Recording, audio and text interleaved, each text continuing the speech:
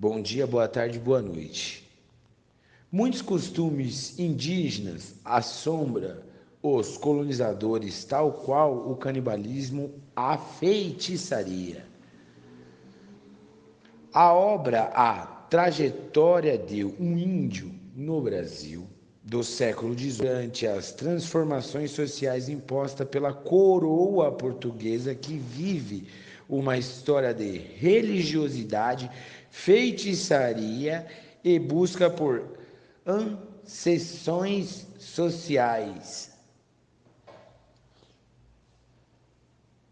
O índio Miguel Ferreira Pestana viveu grande parte da sua vida como inúmeros indígenas do solo brasileiro. No Brasil, setencentistas morou em aldeamentos fora batizado pela campanha dos jesuítas e realizavam as tarefas solicitadas pelos religiosos cristãos no aldeamento de Nossa Senhora da Assunção, em Heritiba.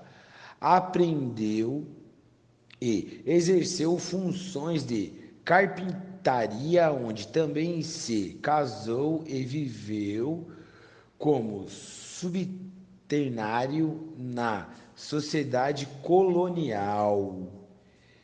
Esse cenário se mantém até o momento em que Miguel Pestana é enviado pela condenação no Santo Ofício, né?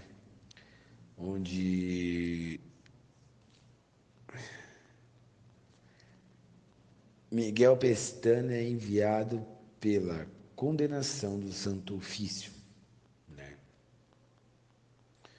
Santo Ofício é nada mais, nada menos que a Inquisição, ou a Santa Inquisição, ou o Santo Ofício, que foi um grupo, e é esse grupo até hoje, de instituições, olha onde se define, dentro do sistema jurídico da Igreja Católica Romana, cujo objetivo era combater, até hoje é assim, a heresia, a blasfêmia, a bruxaria e costumes considerados viantes, violência, tortura ou a simples ameaça da sua aplicação.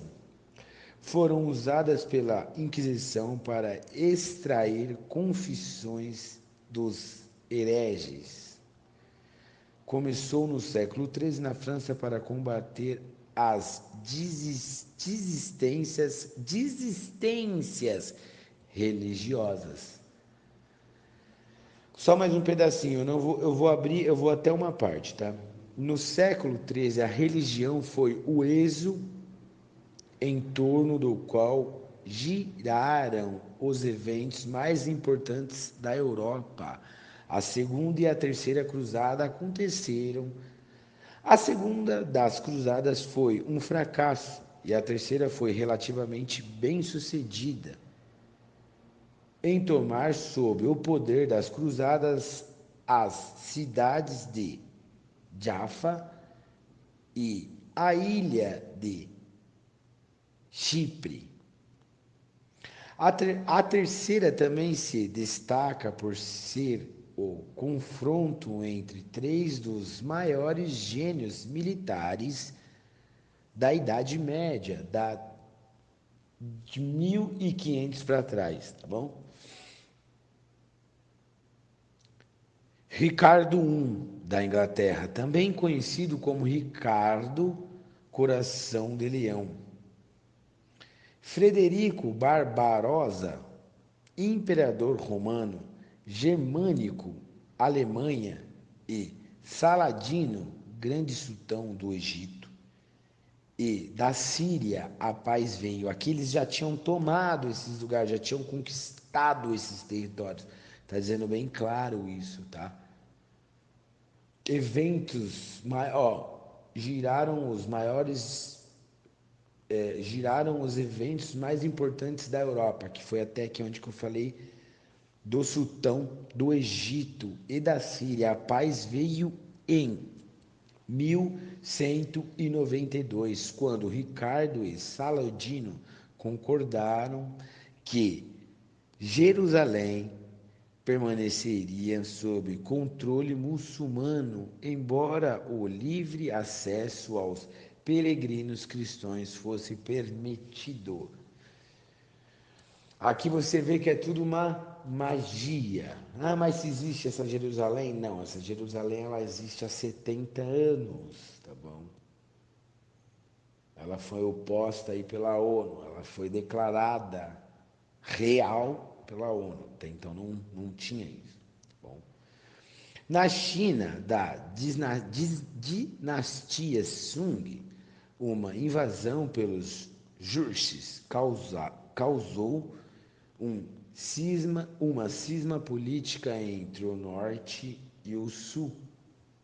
O Império Khmer do Camboja floresceu durante este século, enquanto a dinastia Fatímida do Egito perdeu seu trono para a dinastia Ayyubida após a expansão dos Ghaznavidas e do sultanato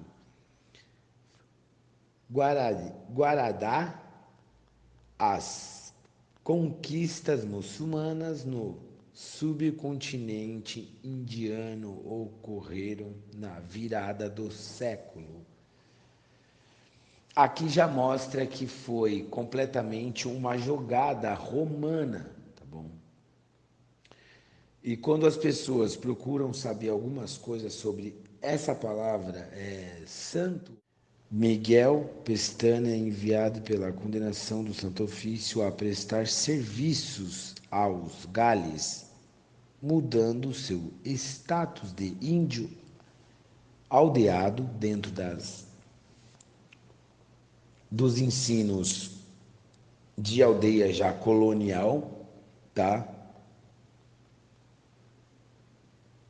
Para índio invadido. Assim se iniciam as suas andanças entre o Espírito Santo e o Rio de Janeiro, dando evidências para sua experiência e práticas com a feitiçaria que tanto rodavam pelas Américas portuguesas. Nessas andanças, Miguel Pestana entra em contato com múltiplos contextos sociais, envolvendo-se com diferentes espaços físicos e interagindo com todo o mundo colonial.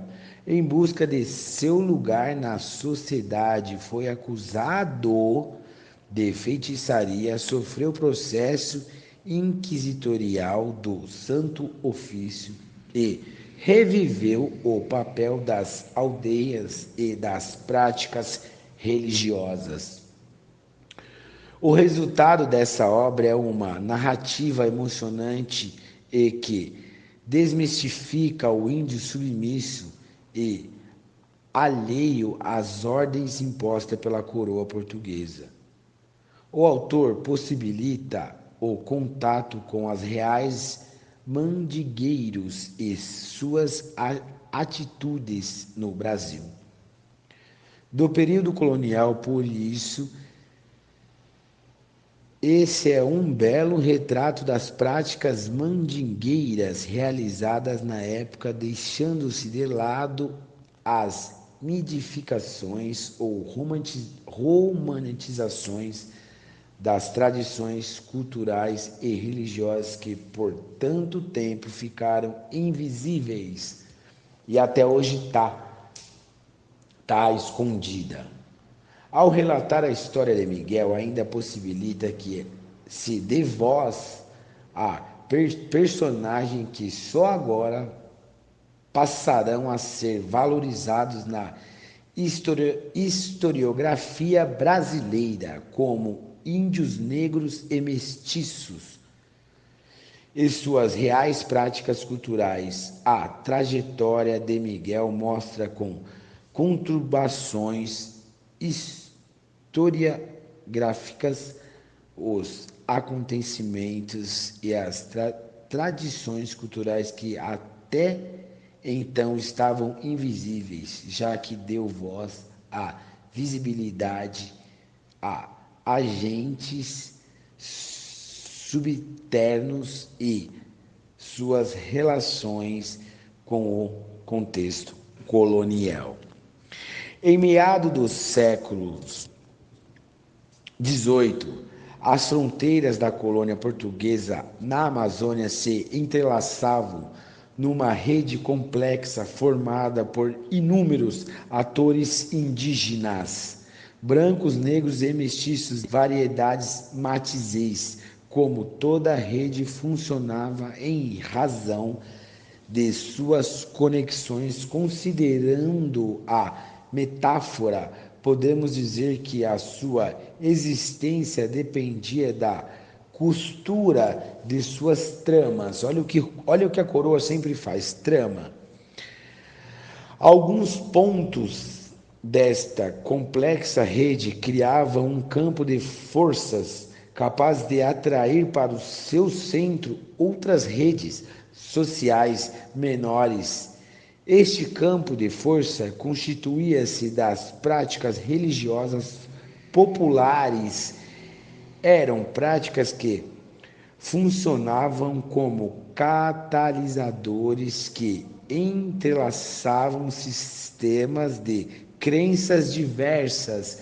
Entre artigo pretende refletir sobre as práticas e, através delas, buscar compreender como alguns personagens coloniais, chamados aqui de índios cristãos, transformaram-se em hereges. O foco de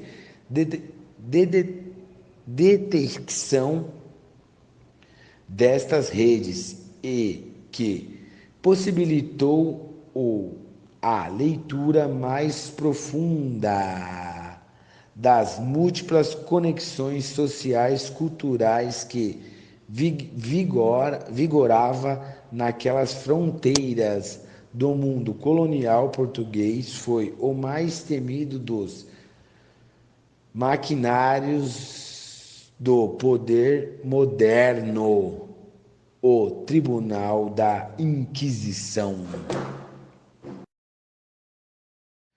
Para quem não entendeu, tá? Tribunal da Inquisição é a feitiçaria. Em 1763, estabeleceu-se em Belém, no Grau, Pará, a mesa da visita do Tribunal da Inquisição, um fórum, tá? Um réu, algo assim. No decorrer desse texto vocês vão entender. Composta pelo visitador e alguns funcionários, vinha a cata de heresias.